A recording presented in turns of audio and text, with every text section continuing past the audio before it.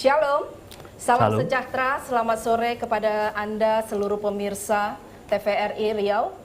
Saat ini GPDI Immanuel Pekanbaru mengadakan siraman rohani mimbar Kristen secara live.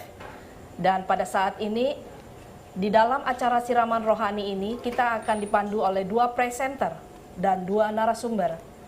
Saya presenter pertama, Deborah Melinda Silitonga, dan presenter yang kedua, Bapak Doni Aritonang SPD. Presenter narasumber yang pertama, Bapak Pendeta Basaria Simanjuntak. Narasumber yang kedua, Penatua Perlindungan Hasibuan SIP. Baik, sebelum acara siraman rohani ini kita mulai, kita akan membuka dengan doa pembukaan. Doa akan dipandu oleh saya sendiri, Deborah Silitonga. Kita berdoa. Terima kasih Tuhan, sore hari ini adalah waktu yang Tuhan berikan bagi kami untuk kami boleh ada di acara siraman rohani. Tidak secara kebetulan Tuhan, tapi kami percaya ada maksud Tuhan yang Tuhan sediakan bagi kami dan seluruh pemirsa TVRI yang ada, di mana Tuhan saat sore hari ini kami mau belajar kebenaran firman Tuhan, dan kami mau Tuhan belajar bagaimana pembangunan dan kesejahteraan bangsa diterapkan di muka bumi Indonesia yang tercinta. Tuhan tolong acara ini dari awal, pertengahan hingga berakhirnya. Kami percaya Roh Kudus ada di dalamnya. Terima kasih Tuhan, kami akan mulai ibadah acara ini di dalam nama Tuhan Yesus Kristus, Juru Selamat kami yang hidup. Haleluya. Amin. Baik, sebelum acara kita mulai, tema kita pada saat ini mengenai pembangunan dan kesejahteraan bangsa. Dengan subtema dengan memperingati Hari Paskah kenaikan Isa Al-Masih ke sorga, kiranya GPDI Immanuel Pekanbaru semakin berbenah, mempersiapkan diri dalam membangun manusia yang berakhlak dan berkarakter, mencerminkan kehidupan yang sejahtera. Untuk itu kami persilahkan kepada Ibu Pendeta Pembantu Basaria Simanjuntak untuk memaparkan sebagai renungan firman Tuhan sore hari ini. Puji Tuhan, Haleluya. para pemirsa yang kami kasihi, umat-umat Kristiani istimewa di seluruh Indonesia, khususnya di daerah Riau, provinsi yang kita sayangi. Pada kesempatan ini, kita akan menyampaikan satu topik tentang membangun, tentang dasar membangun, tentang karakter yang hari-hari ini menyorot perhatian, menarik perhatian. Karena apa, saudara-saudara yang kekasih? Karena kita melihat dunia semakin tua, karakter pun semakin merajalela. Kesempatan ini kami akan sajikan lewat firman Tuhan yang tertulis di dalam 1 Korintus pasal 3 ayat yang ke-10 sampai 17. Saya akan bacakan buat kita. Sesuai dengan kasih karunia Allah yang dianugerahkan kepadaku, aku sebagai seorang ahli bangunan yang cakap telah meletakkan dasar dan orang lain membangun terus di atasnya. Tetapi tiap-tiap orang harus memperhatikan bagaimana ia harus membangun di atasnya. Karena tidak ada seorang pun yang dapat meletakkan dasar lain daripada dasar yang telah diletakkan, yaitu Yesus Kristus. Entahkah orang membangun di atas dasar ini dengan emas, perak, batu permata, kayu, rumput kering, atau jerami. Sekali kelak pekerjaan masing-masing orang akan nampak, karena hari Tuhan akan menyatakannya. Sebab ia akan nampak dengan api, dan bagaimana pekerjaan masing-masing orang akan diuji oleh api itu. Jika pekerjaan yang dibangun seseorang tahan uji, ia akan mendapat upah. Jika pekerjaan terbakar, ia akan menderita kerugian. Tetapi ia sendiri akan diselamatkan, tetapi seperti dari dalam api. Tidak tahukah kamu bahwa kamu adalah bait Allah, dan bahwa Roh Allah diam di dalam kamu? Jika ada orang yang membinasakan bait Allah, maka Allah adalah kudus, dan bait Allah itu ialah kamu.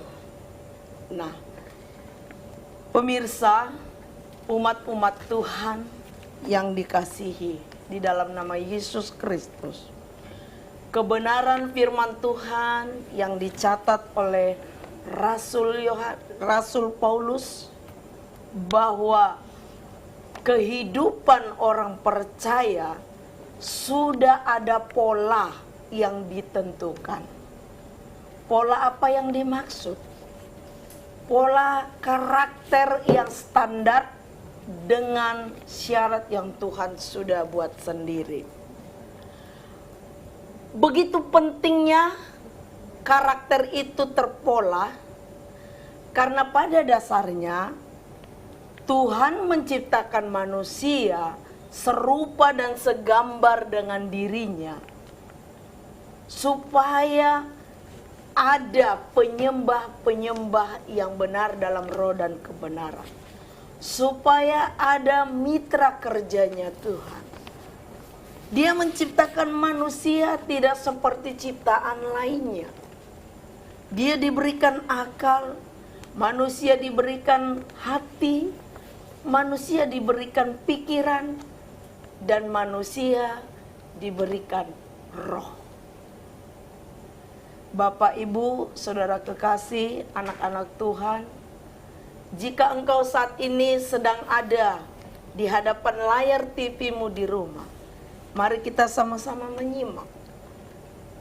Begitu istimewanya Tuhan menata kehidupan manusia, sehingga dia sangat peduli bahwa karakter manusia itu dia ingin segambar dan serupa. Dalam artian baik tingkah laku, perkataan, pikiran, kudus sebagaimana Tuhan itu kudus. Karakter jemaat yang berdampak bagi pembangunan dan kesejahteraan warga, inilah yang harus kita capai. Mengapa? Karena kita adalah cermin dari Kristus itu sendiri. Roh Kudus yang mengurapi, bernaung dalam diri kita, dia ambil alih hidup kita, hanya mau berdiam dan tinggal di dalam pribadi orang-orang yang memiliki karakter yang standar dengan firman Tuhan. Supaya apa? Supaya dia berdampak, supaya dia menjadi satu motivasi, supaya dia menjadi satu panutan bagi orang-orang di sekelilingnya. Karena firman Tuhan dalam ayat yang lain berkata, kamu adalah saksiku. Di dalam satu kisah pasal 1 ayat 8. Tetapi kamu akan menerima kuasa apabila Roh Kudus turun ke atas kamu, dan kamu akan menjadi saksiku mulai dari Yudea, Yerusalem, Samaria, bahkan sampai ke ujung bumi. Artinya apa, Bapak, Ibu, saudara kekasih? Artinya ketika kuasa Tuhan menaungi kita, karakter yang ada dalam hidup kita ini benar-benar mencerminkan Kristus yang ada di dalam hidup kita, terpancar keluar. Sehingga kuasa itu bisa aktif, bisa kita gunakan, bisa kita kerjakan dan hasilnya akan menyenangkan hati Tuhan. Di sini subtemanya adalah dengan memperingati hari Paskah, kenaikan Isa Al-Masih ke surga, yang dikenal sebagai Tuhan dan Juru Selamat untuk seluruh umat, bukan hanya kepada orang Kristen. Kiranya GPD Immanuel Pekanbaru semakin membenahi mempersiapkan diri dalam membangun manusia yang berkarakter dan mencerminkan kehidupan yang sejahtera. Bapak Ibu Saudara kasih, pemirsa budiman, umat-umat Tuhan, mengapa kita dituntut untuk membenahi diri? Dunia ini semakin tua, semakin menuju kepada kebinasaan. Tetapi ada perbedaan antara kehidupan orang percaya dengan kehidupan orang di luar komunitas orang percaya. Ada pola yang Tuhan buat dan itu harus kita lakukan. Apa itu? Firman Tuhan sangat jelas. Dikatakan, jika engkau membangun di atas dasar, ada dua kategori bahan bangunan iman. Yang pertama, bangunan terbuat dari emas, perak, dan batu permata. Bapak Ibu Saudara kekasih, pemirsa umat-umat Tuhan, kita tahu emas jika semakin dibakar akan muncul kemurniannya. Semakin dia dilebur, semakin tampak kilaunya. Bukan hilang, tapi semakin indah warnanya. Semakin berharga. Perak, batu permata. Mengapa barang-barang yang berharga ini diumpamakan seperti karakter yang harus tertata dengan rapi? Karena manusia berharga di hadapan Tuhan. Emas, permata, perak, dilempar ataupun diletakkan di mana saja, dia tidak berubah. Semakin indah tempat penataannya, wadahnya, semakin indah dipandang mata. Tetapi ada satu lagi bahan bangunan diutarakan lewat firman Tuhan. Terbuat dari kayu, rumput kering. Tadi firman Tuhan mencatat, kedua bahan bangunan ini akan diuji oleh api. Pengujiannya sama. Bagaimana keduanya ini bisa lolos? Kita tahu bersama bahwa kayu, rumput, jika kena bersentuhan dengan api, hasilnya akan hangus. Tidak meninggalkan bekas yang berarti. Demikian karakter kehidupan manusia.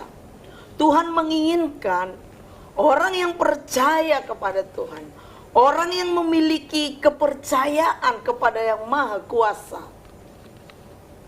Tuhan mau kehidupannya terpancar, indah, berharga, bagaikan emas, perak, dan permata. Mungkin kita akan berkata, di zaman sekarang ini, bagaimana hal itu mungkin terjadi jika aku ada di antara lingkungan yang bobrok, jika aku hadir di antara lingkungan yang tidak bermoral, jika aku ada hadir di antara orang-orang yang tidak mengerti dan tidak peduli akan satu norma, apakah itu undang-undang, apakah itu norma adat dan lain sebagainya. Bagaimana mungkin aku tetap mempunyai karakter yang baik itu? Saudara-saudara kekasih, pemirsa, umat-umat Tuhan. Sangat tegas firman Tuhan berkata di dalam kitab tulisan Rasul Paulus yang tertulis di dalam kitab Roma pasal 12. Saya akan bacakan. Roma pasal 12 ayat 1 sampai 3 berkata, karena itu saudara-saudara, demi kemitraan Allah, aku menasihatkan kamu supaya kamu mempersembahkan tubuhmu sebagai persembahan yang hidup, yang kudus dan yang berkenan kepada Allah. Itu adalah ibadahmu yang sejati.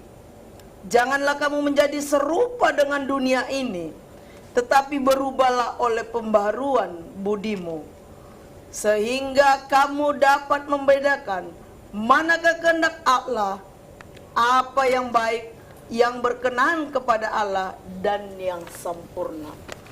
Begitu tegasnya firman ini datang kepada kita umat-umat Tuhan.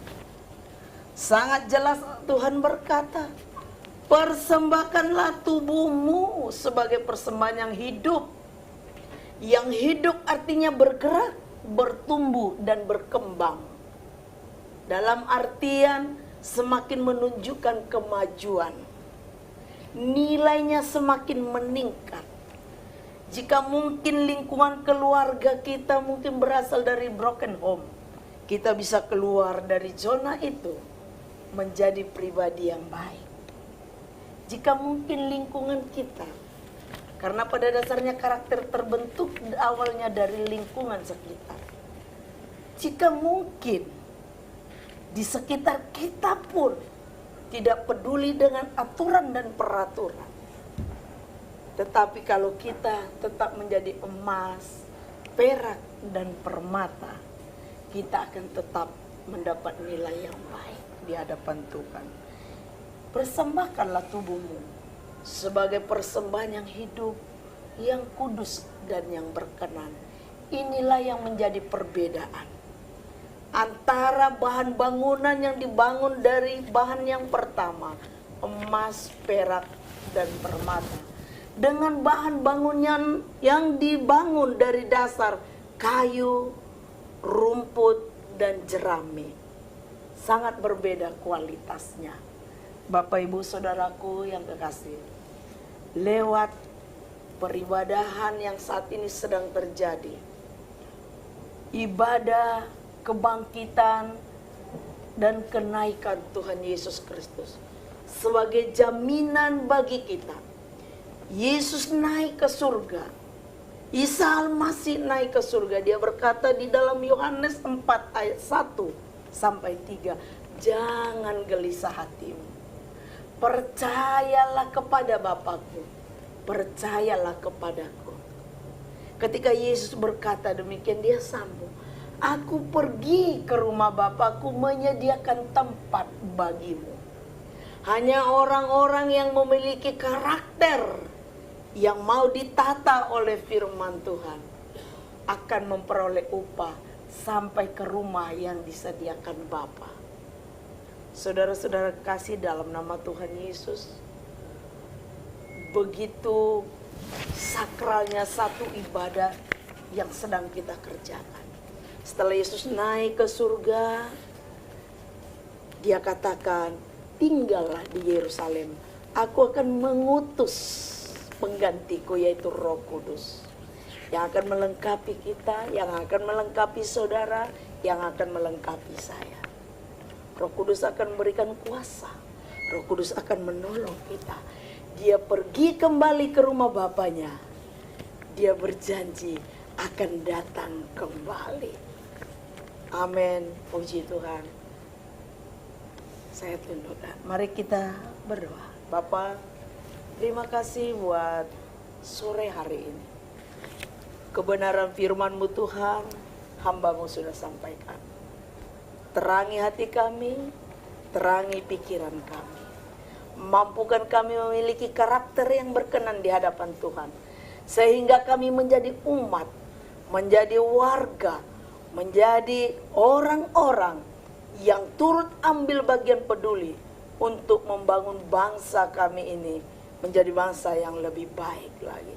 Terima kasih Tuhan, hamba-Mu boleh berhenti berbicara. Selanjutnya acara ini kami serahkan dalam tangan Tuhan, dalam nama Yesus Kristus. Haleluya. Amin. Iklan. Jadi, coba kuasa. Baik, acara akan kita lanjutkan setelah iklan berikut ini.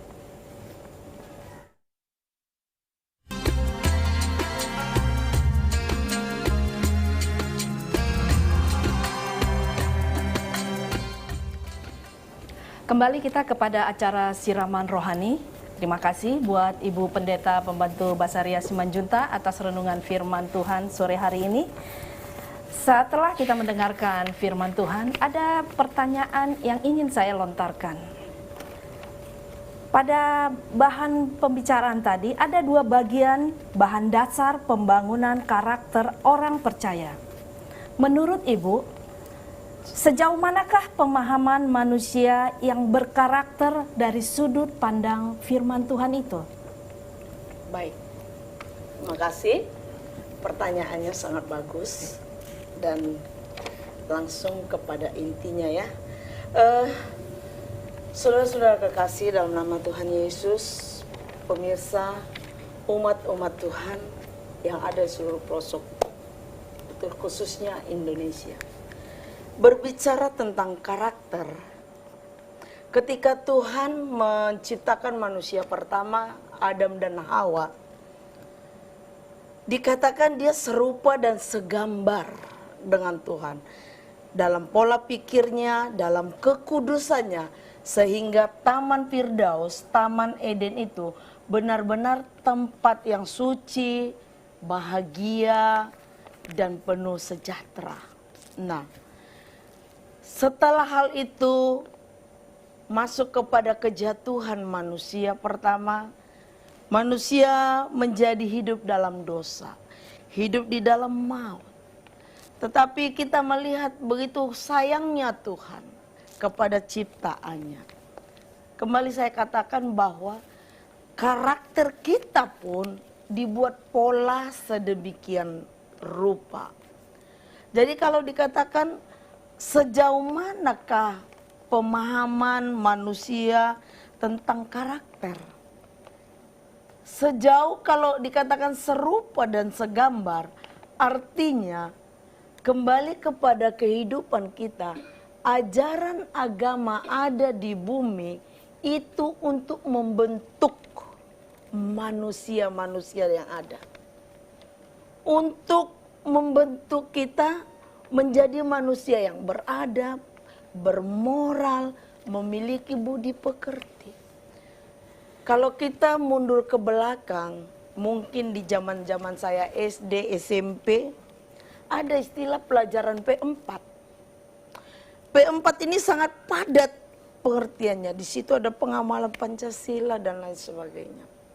Nah, ketika hal ini bergeser, dan kita melihat bagaimana brutalnya manusia di akhir-akhir ini. Tidak peduli dengan peraturan. Tidak peduli dengan hukum. Hidup semau gue. Bertindak semau gue. Sehingga terjadilah pembunuhan di sana sini. Saudara pun itu terjadi. Seakan-akan tidak ada lagi batas. Tetapi agama masih kuat di Indonesia. Kita patut bangga kepada bangsa Indonesia yang melindungi hal ini. Yang terus memberi perhatian tentang ini. Karena agama ada. Itu bagian dari rancangan Tuhan untuk membentuk karakter. Karena ketika kita hidup senonoh, ketika kita hidup sembarangan, Tuhan pernah berjanji kepada Nabi Nuh. Karena kebobrokan dunia, Tuhan menghukum bumi dengan air bah. Tapi dia memberikan perjanjian setelah itu. terbukti dari satu bentuk pelangi sebagai bentuk janji Allah dengan manusia bahwa dia tidak akan menghukum bumi lagi, tetapi kebenaran firman harus digenapi. Sehingga ada berkata begini, pergaulan yang buruk akan merusakkan perbuatan-perbuatan baik. Jadi kalau dilihat dari sudut pandang firman Tuhan, karakter manusia memang harus kembali kepada serupa dan segambar dengan Allah. Makanya disediakan tempat surga. Itulah kehidupan yang baru. Terima kasih. Ya, sebentar kita akan mendengarkan narasumber kedua kita, Bapak Penatua Perlindungan Hasibuan. Kami persilahkan yang akan dipandu oleh Bro Joni. Baik, terima kasih Ibu Deborah. Bapak Ibu Jemaat Tuhan di Provinsi Riau, terkhusus yang sore hari ini ada di depan televisi TVRI Riau, ada beberapa pokok pikiran yang menurut saya cukup penting sehubungan dengan satu perikop yang tadi sudah dibahas secara sangat mendalam oleh Ibu Pendeta Ria. Saya melihat bahwa apa yang Rasul Paulus ajarkan kepada jemaat di Korintus itu sering kita pahami sebagai sebuah dasar teologi salib, ya, dasar teologi salib yang menjadi satu prinsip mendasar dalam kekristenan. Ya. Ketika Rasul Paulus mengatakan bahwa pembangunan jemaat, pembangunan tubuh Kristus, pembangunan orang percaya itu harus didasari oleh ajaran Kristus, itu memang satu prinsip yang bagi kita tidak bisa ditawar-tawar. Ya. Karena itu ketika kita bicara sebuah pembangunan tubuh Kristus, memang perspektif rohaninya itu harus sangat kuat. Ya. Ketika kita sudah dibangun atas apa yang Yesus ajarkan, bangunan rohani kita itu akan memunculkan karakter-karakter yang kuat. Tadi seperti disampaikan bagaimana bernilainya karakter emas, karakter perak, dan benda-benda berharga lain. Tapi ada satu hal yang menurut saya mungkin juga tidak bisa kita nafikan berkaitan bagaimana pembangunan itu rohani, karakter rohani itu juga sesuatu yang harus berdampak bagi banyak orang. Ya. Bahwa kekristenan itu tidak bisa dibangun hanya pada single individu. Dia memang harus berdampak bagi banyak orang. Karena ketika kita bicara teologi salib, ya, bagaimana relasi kita dengan Tuhan, dengan iman percaya itu juga harus terpancar dalam relasi kita sama manusia. Makanya kita hidup selalu dalam persekutuan. Ada tanggung jawab iman jemaat yang telah dipilih, dipanggil Tuhan dari kegelapan itu menuju terang firman keselamatan itu. Karena itu kalau kita mencoba merefleksikan perikop ini dengan satu ajaran Kristus, ajaran yang pertama-tama Kristus sampaikan bagi bangsa Yahudi ketika dia berada mengawali pelayanannya di tengah-tengah itu, ketika Kristus mengatakan bahwa kepadanya telah diberikan kuasa untuk menyampaikan kabar baik. Ya. Kabar baik yang dia sampaikan itu adalah sebuah kabar baik yang sangat berhubungan dengan dampak kehadirannya bagi orang di sekitar dia. Ketika Yesus mengatakan dia memberikan kabar baik bagi orang miskin, ya, memberikan kabar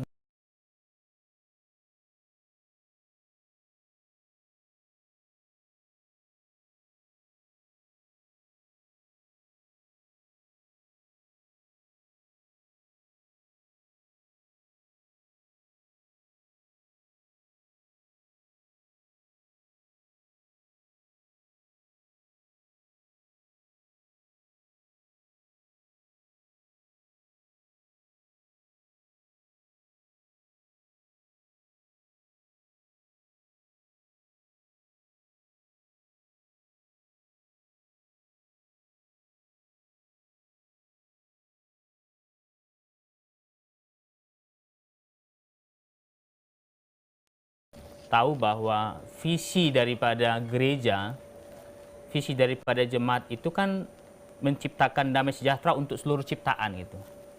Jadi kalau bicara seluruh ciptaan itu, dia tidak hanya bicara manusia, dia juga bicara hubungan kita dengan alam, bicara hubungan kita dengan ekologi. Dan itu yang sekarang ketika tadi Sis bicara tentang situasi yang semakin memburuk, memburuknya itu bukan hanya berkaitan dengan kemanusiaan kita gitu. Tapi memburuknya juga secara lebih luas juga berkaitan dengan lingkungan sekitar kita, alam yang semakin memburuk, ekologi yang semakin memburuk. Kita tahu akhir-akhir ini kita hidup dalam suasana panas yang begitu ekstrim. Di situ tanggung jawab kita sebagai orang yang punya karakter yang baik itu harus bisa berdampak terhadap itu. Karena itu saya melihat bahwa apa yang Rasul Paulus sampaikan kepada jemaat di Korintus dahulu, itu juga sekarang menjadi sebuah cambukan buat kita. Orang-orang percaya, orang-orang yang Tuhan selamatkan, yang ada di bumi Riau ini. Bagaimana kita bisa berdampak, memberikan keadilan, memberikan kesejahteraan, lewat sumber daya insani yang kita miliki di masing-masing jemaat kita. Saya yakin ketika ini kita bisa wujud nyatakan, maka apa yang Rasul Paulus katakan bahwa semuanya dibangun di atas Kristus itu bisa juga tercermin pada kehidupan jemaat kita di Riau secara umum dan lebih khusus lagi di jemaat GPBD Immanuel Pekanbaru. Saya pikir itu tambahan yang pokok pikir yang menurut saya penting untuk kita sampaikan kepada pemirsa TVRI Riau berkaitan dengan perikop yang kita berikan sebuah terang tema bagaimana karakter jemaat yang baik itu harus berdampak bagi kesejahteraan umat. Saya pikir demikian, Bu Deborah. Baiklah pemirsa, kita tadi sudah mendengarkan paparan dari Bapak PNT Perlindungan Hasibuan SIP. Mungkin saya sedikit mengasih pertanyaan Pak terhadap paparan yang sudah Bapak sampaikan tadi. Apakah saran atau rekomendasi Bapak agar karakter jemaat bisa mewujudkan panggilan pengutus dalam 3 perspektif tersebut bisa diwujudkan? Sekian dari saya, terima kasih Pak. Ya, terima kasih Pak Doni. Ibu Bapak jemaat yang dikasihi Tuhan, bahwa ketika kita ingin mewujud nyatakan karakter yang baik yang berdampak bagi lingkungan atau seluruh ciptaan, ada 3 hal yang perlu kita garis bawahi. Bahwa yang pertama, karakter jemaat yang baik itu memang harus memiliki perspektif kesejahteraan. Kesejahteraan kita maknai sebagai bagaimana seluruh jemaat itu harus merasa sejahtera secara jasmani dan rohani. Dan itu tercermin dari apa yang mereka bisa wujud nyatakan dalam relasi antar sesama mereka. Ya, sehingga tidak ada lagi jemaat yang mungkin berada pada situasi kemiskinan yang ekstrim atau kekurangan sandang pangan yang menjadi kebutuhan pokok, itu harus bisa memang terwujud dalam dampak karakter-karakter jemaat yang baik itu. Yang kedua, ketika Kristus mengatakan bahwa kabar baik itu juga harus terlihat dari perspektif keadilannya. Ya, perspektif keadilan tentu bagaimana karakter jemaat yang baik itu mampu memposisikan diri untuk membela orang-orang tertindas, ya. Dan tentu bicara tawanan, orang-orang yang selama ini mungkin berada pada situasi yang tidak baik, itu harus ada pembelaan, harus ada pemihakan dari jemaat-jemaat bagaimana mereka bisa terangkat dari situasinya yang menawan dia dari ketidakadilan itu.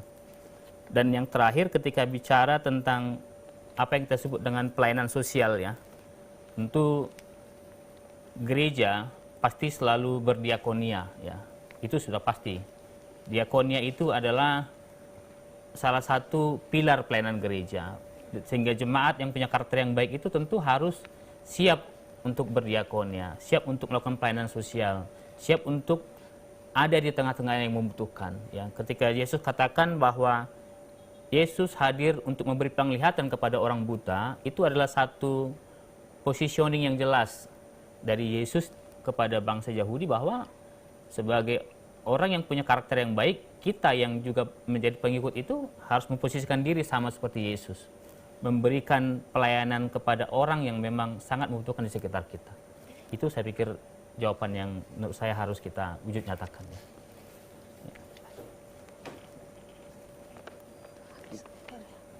Iya, ada lagi pertanyaan? Mungkin ada 2 lagi pertanyaan yang mungkin saya pertanyakan nih Pak. Seperti Atau mungkin bisa ke Ibu Pendeta dulu mungkin. Iya. Ya. Iya. Tadi Bapak katakan kita harus berdampak ya di tengah-tengah masyarakat. Kita harus berdampak bagi banyak orang gitu. Nah, ada pertanyaan saya, mungkin ini kepada Ibu Pendeta gitu. Bagaimana dampak dari peristiwa kenaikan Tuhan Yesus Kristus ke sorga bagi perjalanan umat Kristiani? Iya.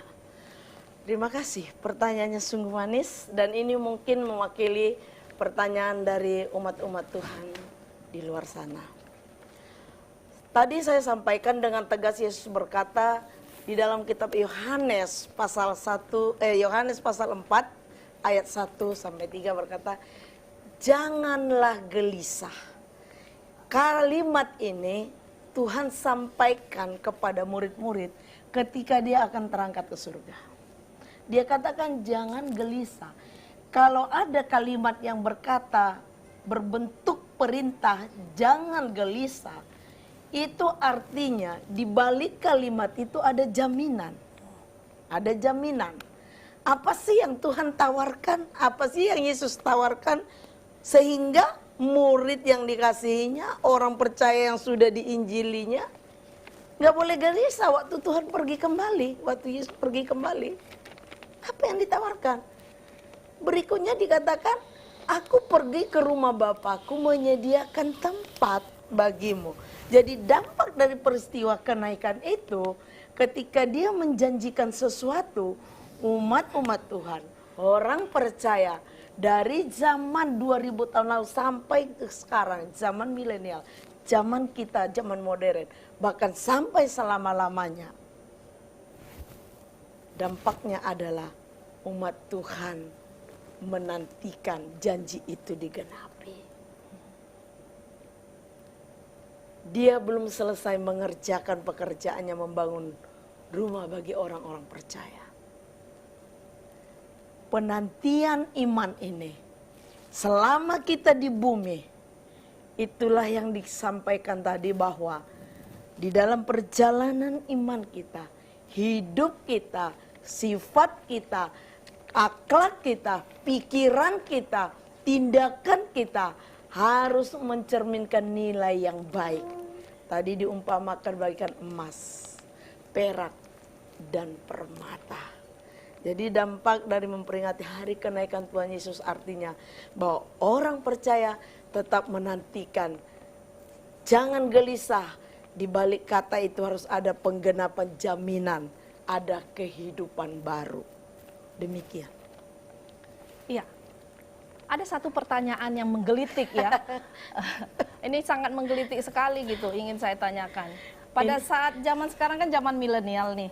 Ya. Apakah masih relevan peristiwa kenaikan Tuhan Yesus ke sorga masa kini mengingat manusia yang berkarakter bagaikan emas, perak, permata yang masuk kategori umat yang sempurna. Sementara di zaman milenial ini kan perhatian dikuasai oleh dunia media yang canggih. Kita lihat masa sekarang ini anak-anak masa kecil pun sudah memain HP gitu, ikut serta dalam media sosial. Ya. Bagaimana menurut Ibu? Baik, kita tahu kemajuan teknologi juga pasti Tuhan ketahui. Segala sesuatu ruang gerak manusia dia tahu. Bahkan kepintaran manusia pun berasal daripadanya. Jika sampai saat ini manusia bisa menciptakan itu. Bahkan manusia sudah ada pergi ke bulan. Dia sudah ada di sana, di angkasa sana, hidup bertahun-tahun.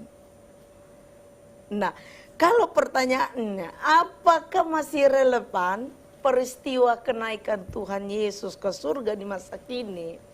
Mengingat manusia yang ditata karakternya itu kategori manusia sempurna.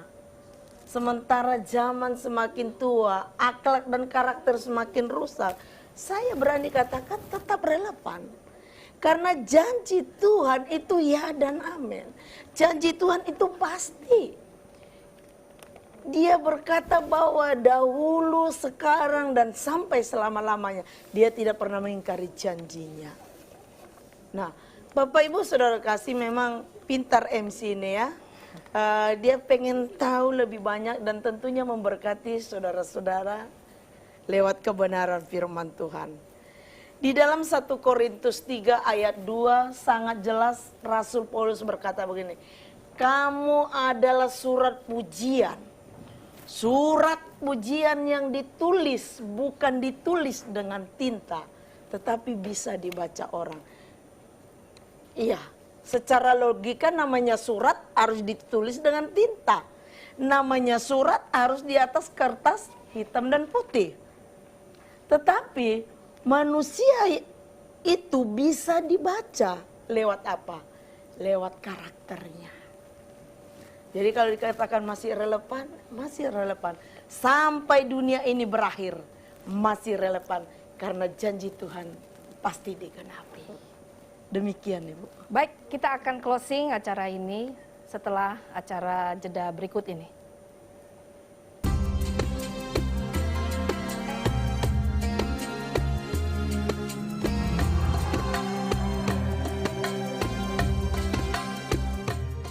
Shalom Bapak Ibu Saudara kasih, paparan firman Tuhan telah disampaikan pada sore hari ini. Sebelum kami tutup, tentunya kita akan berdoa terlebih dahulu memberkati bangsa kita. Mari kita berdoa. Bapa di surga, Tuhan semesta alam, Yesus Kristus Juru Selamat kami. Sore hari ini Tuhan, Engkau yang memberikan kesempatan bagi kami untuk mengumandangkan kebenaran firman-Mu. Dan kami sudah menyampaikan ini, kami sudah melakukan pekerjaan ini bersama dengan Engkau. Berkati umat-umat-Mu ya Tuhan, supaya mereka terbangun, supaya mereka terbentuk, memiliki karakter yang baik. Dan ini demi untuk pembangunan dan kemajuan bangsa kami Indonesia. Berkatilah bangsa kami ini ya Tuhan. Berkati kota Pekanbaru, Riau, di mana kami tinggal. Berkati juga buat pihak TVRI Studio yang sudah memadai kami untuk melakukan semuanya ini. Berkati setiap kami Tuhan yang Kau percayakan melakukan pekerjaan-Mu. Kalaupun kami sebentar akan pulang, Tuhan Engkau beserta bagi kami. Mampukan kami terus untuk penuh berpengharapan kepada Tuhan karena janji-Mu, ya dan amin. Terima kasih Tuhan. Terpuji nama-Mu, kami akhiri perjumpaan ini.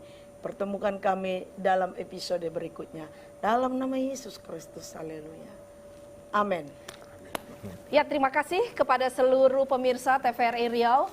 Di acara penghujung ini kami ucapkan terima kasih juga kepada TVRI yang sudah menyediakan tempat bagi kita untuk mengadakan siraman rohani pada sore hari ini. Kiranya kita dibentuk oleh karakter-karakter Kristus sehingga dimanapun kita berada kita boleh berdampak bagi banyak orang. Untuk itu disinilah letaknya gereja yang memberikan contoh perspektif yang baik bagi seluruh masyarakat yang ada. Terima kasih, Tuhan Yesus memberkati kita semua. Haleluya. Haleluya.